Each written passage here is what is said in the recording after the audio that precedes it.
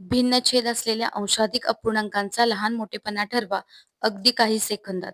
इथे 4 अपूर्णांक दिले आहेत, जे सर्व अंशाधिक आहेत आणि ज्यांच्या अंश आणि छेदामधला फरक हा समान आहे.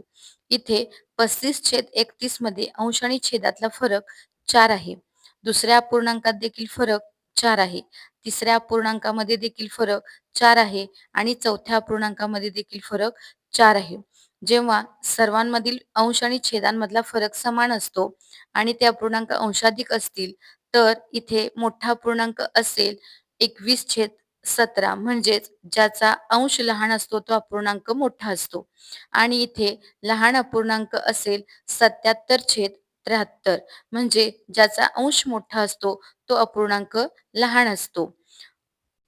ही ट्रिक आपण फक्त अंशाधिक अपूर्णांकामधला अंश आणि छेदातला फरक समान असेल तरच वापरू शकतो. Thank you.